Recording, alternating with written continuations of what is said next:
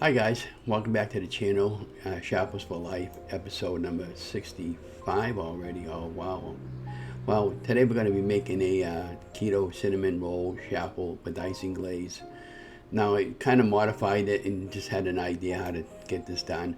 So we took 1 egg, a fourth of a cup of Parmesan cheese. It could be any cheese of your choice.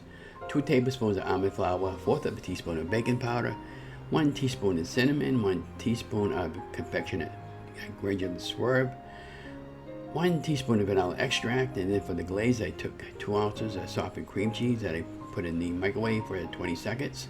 And then I mixed a little bit of Choc Zero and some cinnamon and mixed it all in, and that was my glaze. And these came out really good. You'll see me on the end of the video there sampling it. But I would encourage you guys, just don't be afraid to experiment. Everything works well. Any cheese will work in any of these videos that you do, or well, actually recipes. But anyways, you guys have an amazing day, and I'll see you on the next video.